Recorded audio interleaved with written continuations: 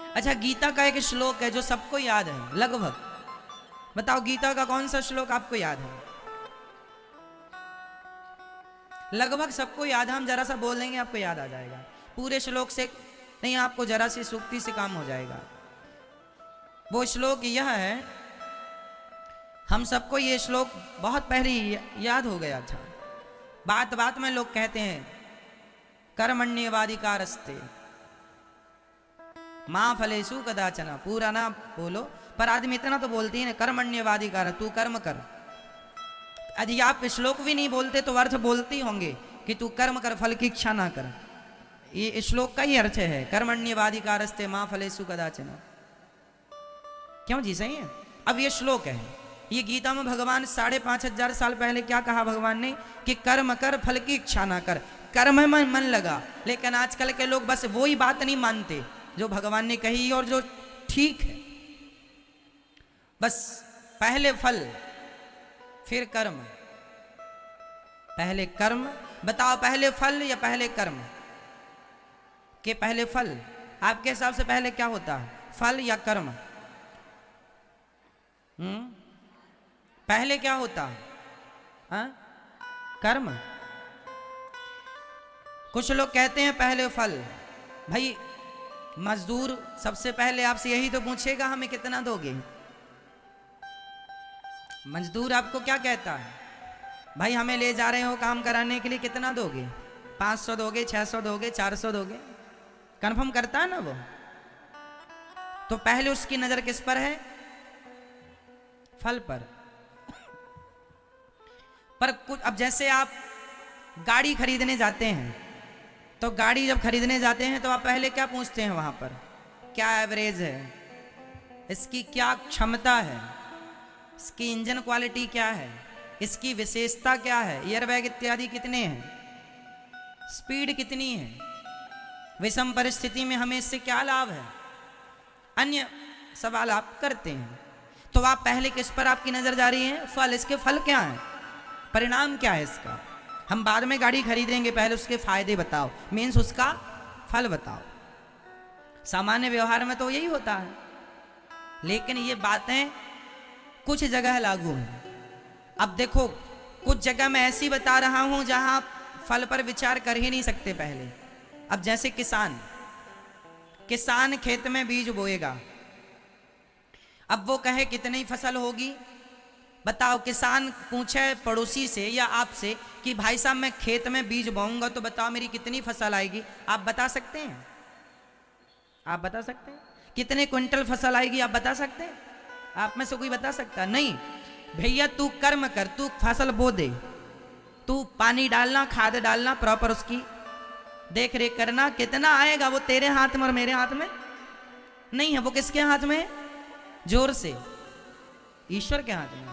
तो भगवान वही तो कहते हैं, तू कर्म कर, फल मैं दूंगा। अब किसान बोले नहीं जी पहले बताओ कि कितना होगा फिर मैं बोऊंगा, तो कुछ नहीं होगा तेरा। पहले बो दे, अब मैं एग्जाम देने तब जाऊंगा जब पहले आप ये बता दो कि मेरे नंबर कितने आएंगे। क्या ये सवाल ठीक है?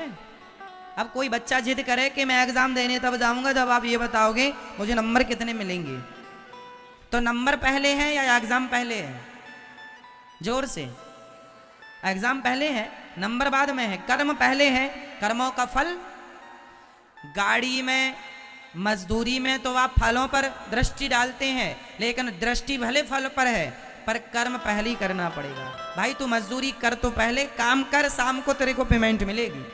पहले कर्म करेगा फिर फल मिलेगा। तू फल पर दृष्टि भले रखा है पर फल तुझे मिल ही नहीं सकता पहले, तू काम तो कर। गाड़ी में कितने फायदे हैं, तू खरीद चला तब उस फल का, तब उसका फायदा मिलेगा, फल मिलेगा। तू ले ही मत केवल बातें हर जगह जाके कर, इसके क्या फायदे, इसके सारी गाड़ियां देखनी, खरीदा कुछ नहीं, तो लाभ क्या है? तो आप भले दृष्टि रखें, फल पर रखना भी चाहिए, प्लानिंग करनी भी चाहिए, पर फल पर दृष्टि रखने से काम नहीं होगा, कर्म करने से काम होगा। आप बताइए, आपने जमीन पर गड्ढा खोदा, काय के लिए? पानी के लिए। बोर करते हैं ना, बोरिंग करते हैं ना पानी के लिए। अब बताइए यहाँ पानी है या नहीं? पानी हम बोरिंग करेंगे, खर्चा करेंगे, पानी निकलेगा कि नहीं? ये कौन बता सकता है कि पानी निकलेगा कि नहीं? बता सकता है? नहीं। आप कर्म कीजिए, आप खोदिए, आप कुआं, पहले के लोग कुआं खोदवाते थे, कुआं खोदते थे, तो तू कुआं खोद। 100 कुएं खोदते थे उस जमाने में, तो 100 में से 50 कुएं असफल हो जाते थे, स्रोत नहीं मिलते थे। पहले के जमाने में जैसे आज का किसान खेत में बोर कराता है, उस जमाने में हर किसान अपने अपने खेत में कुआं कराता था, कुआं खुदवाता था। हाँ या ना? कुआं जानते हैं? कुआं। तो तू कुआं खोद तो सही, पानी मिलेगा कि नहीं, पानी आएगा कि नहीं, भगवान के तू कर्म कर, फल की इच्छा तो कर्मण्यवाधिकारस्ते मां फलेषु कदाचन, गीता कह गई है। अब कोई इस श्लोक को याद कर ले और जाप करे, कर्मण्यवाधिकारस्ते मां फलेषु कदाचन, कर्मण्यवाधिकारस्ते मां फलेषु कदाचन, कर्मण्यवाधिकारस्ते। तो जपने से क्या होगा? फायदा है? कर्मण्यवाधिकारस्ते मां फलेषु कदाचन, कर्म। जपने से होगा कुछ? करने से होगा। बोलो हाँ या ना? हमारे शास्त्रों की व्याख्याएं आपने गलत ढंग से समझी, शास्त्रों को आपने रट लिया, शास्त्रों को आपने याद कर लिया। शास्त्रों की एक बात भी यदि चरितार्थ कर लो आप, शास्त्रों में बहुत बातें लिखी हैं और हमारी जिंदगी को जीने के लिए उसमें से एक पर्याप्त है, उसमें से एक सफिशिएंट है, ज्यादा की हमें जरूरत ही नहीं, बहुत है एक। बट करे कौन उसमें वर्क? कौन अप्लाई करे उन्हें जीवन में? जो कर रहे हैं सुखी हैं और जो नहीं कर रहे हैं वो परेशान है। जप लो माला।